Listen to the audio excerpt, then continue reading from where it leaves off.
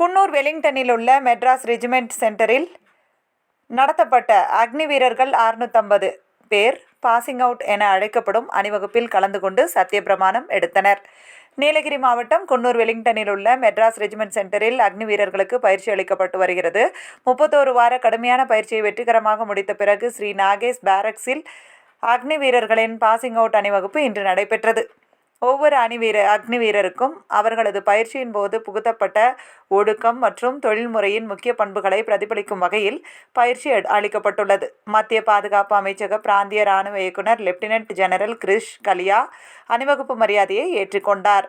தொடர்ந்து உப்பு உட்கொண்டு பகவத்கீதை, பைபிள், குரான் மற்றும் தேசிய கொடி மீது 650 அக்னி வீரர்கள் சத்தியப்பிரமாணம் செய்தனர்.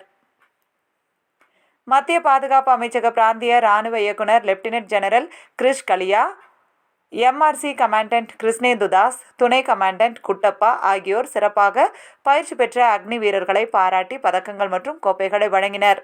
இங்கு பயிற்சி பெற்ற அக்னி வீரர்கள் நாட்டின் எல்லைப் பகுதிகளில் பணியாற்ற அனுப்பி வைக்கப்பட உள்ளனர். இந்த விழாவில் அக்னி வீரர்களின் குடும்ப உறுப்பினர்கள், பயிற்றுவிப்பாளர்கள், இராணுவ அதிகாரிகள் திரளாக கலந்து கொண்டனர்.